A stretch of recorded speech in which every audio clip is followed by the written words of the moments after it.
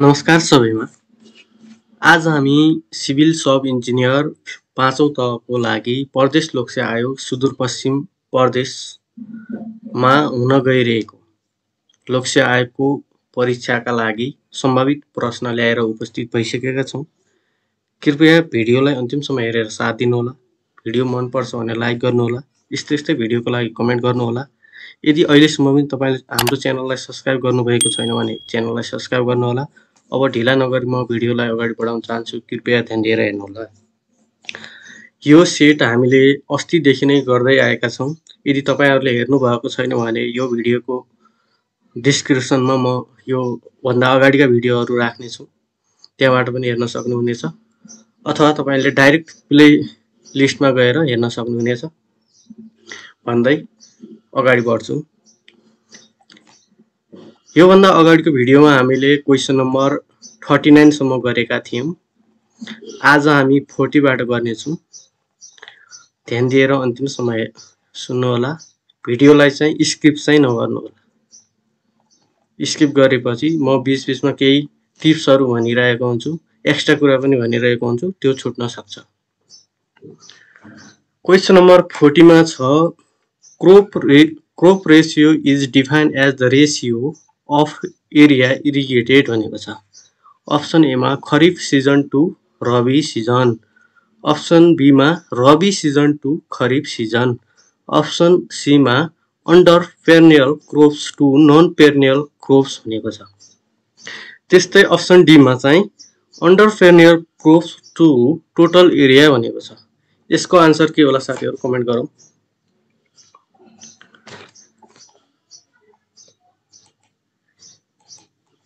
यसको आन्सर के रहेको छ भने option B rabi season to kharif season. त्यस्तै क्वेशन नम्बर 41 तिर जाम।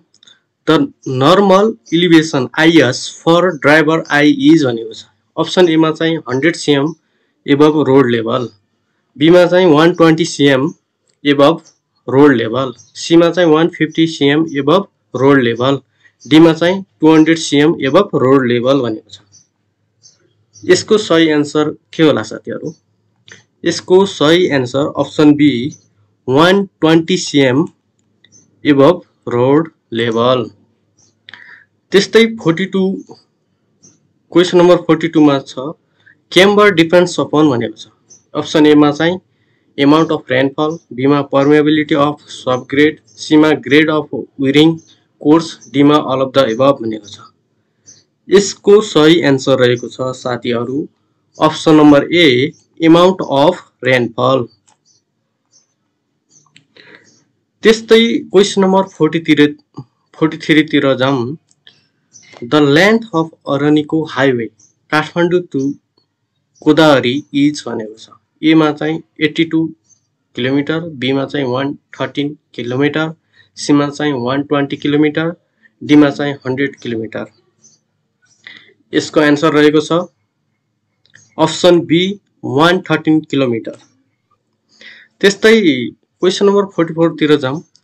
The wall constructed for the stability of an excavated portion of a road भनेको छ। अप्सनमा चाहिँ अप्सन ए मा चाहिँ रिटर्निङ वाल, बी मा ब्रिस्ट वाल, सी मा प्याराफिट वाल, डी मा अल अफ द एबभ। यसको सही आन्सर रहेको छ हाम्रो अप्सन बी ब्रिस्ट वाल। यहाँ क्वेशनमा के भनेको छ wall constructed for stability of excavated portion भनेको छ। एक्जाभेटेड पोर्सनको लागि चाहिँ ब्रिस्ट वाल, त्यस्तै फिलिङ पोर्सन भनेपछि चाहिँ हाम्रो रिटर्निङ वाल हुन्थ्यो। अनि क्वेशन नम्बर 45 तिर जाम। क्वेशन नम्बर 45 मा के छ भने initial lead and lift for earthwork excavation are respectively भनेको छ। अप्सन ए मा चाहिँ 100 मिटर, बी मा चाहिँ 5 मिटर, बी मा चाहिँ 10 मिटर एन्ड 0.5 मिटर, त्यस्तै सी मा चाहिँ 5 मिटर एन्ड 0.5 मिटर, त्यस्तै डी मा चाहिँ 30 मिटर एन्ड 1.5 मिटर भनेको छ। यसको सही आन्सर हाम्रो option D 30 meter and 1.5 meter रहेको छ। त्यस्तै क्वेशन नम्बर 46 तिर जाम साथीहरु। क्वेशन नम्बर 46 मा के रहेको छ भने a detail description of a design of material use to conduct something is called भनेको छ। यसको अप्सनमा छ, अप्सन ए मा चाहिँ कस्ट एस्टिमेट, बी मा चाहिँ बिल अफ क्वान्टिटी, सी मा स्पेसिफिकेसन, डी मा बिड डकुमेन्ट भनेको छ। यसको सही एन्सर रहेको छ अप्सन सी स्पेसिफिकेसन। त्यस्तै क्वेशन नम्बर 47 तिर जाम। क्वेशन नम्बर 47 मा चाहिँ हाम्रो के रहेको छ भने the damp proof course DPC is measure in भनेको छ। डीपीसी केमा मेजर गरिन्छ? मिटर क्युबमा, मिटर स्क्वायरमा, मिटरमा, नन अफ एभव भनेको छ। यसको सही एन्सर रहेको छ हाम्रो metre square, option B is the correct answer. त्यस्तै 48 तिर जाम। 48 तिर हाम्रो क्वेशन के छ भने the value of the property without being dismantle at the end of useful life period is known as भनेको छ। स्क्रैप भ्यालु हो कि सेल्भेसन भ्यालु हो कि जङ्क भ्यालु हो कि बुक भ्यालु हो, कुन हो भनेको छ। यसको सही एन्सर रहेको छ यसको चाहिँ अप्सन बी सेल्भेसन भ्यालु। त्यस्तै क्वेशन नम्बर 49 तिर जाउँ। Critical path is in CPM is भनेको छ। सर्टेस्ट पाथ हो कि लङ्गेस्ट पाथ हो कि एभरेज टाइम पाथ हो कि नन अफ दिज भनेको छ। यसको सही एन्सर रहेको छ क्रिटिकल पाथ भन्ने बित्तिकै जहिले पनि लङ्गेस्ट पाथ हुन्छ। त्यसैले option B is the correct answer, is the correct answer.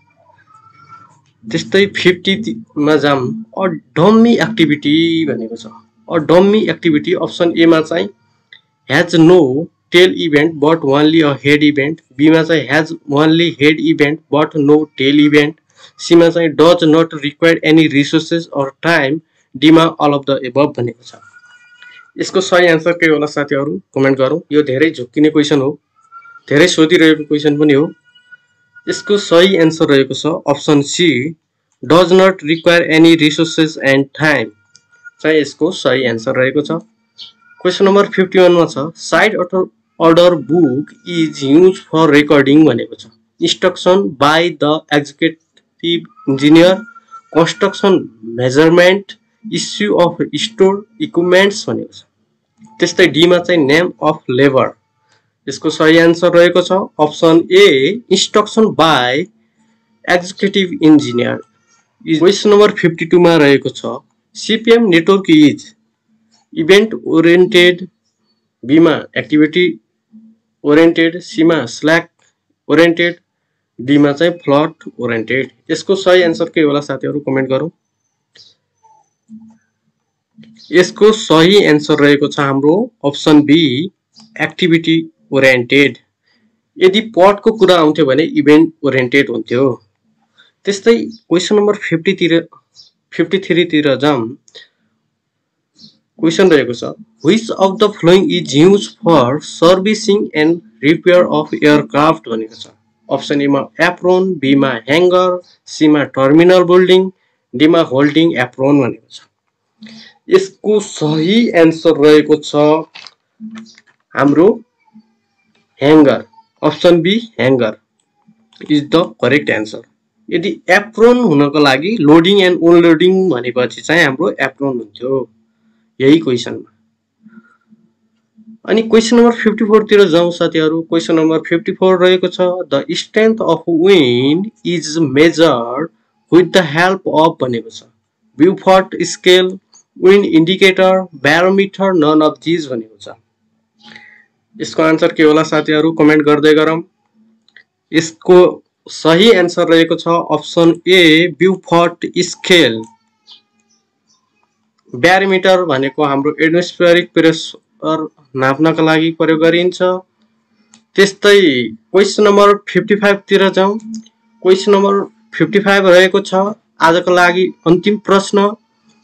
According to ICAO, all marking on runway are printed white and on taxiway भनेको छ। अप्सन ए मा ब्ल्याक, बी मा रेड, सी मा yellow and D मा green भनेको छ। यसको सही एन्सर के होला साथीहरु कमेन्ट गर्दै गरौँ। यसको सही एन्सर रहेको छ option C yellow. Thank you साथीहरू, भिडियो हेर्दै गर्नुहोला। आजलाई यति नै, bye bye. Thanks for watching video. Keep watching video and subscribe. Engineers Wala.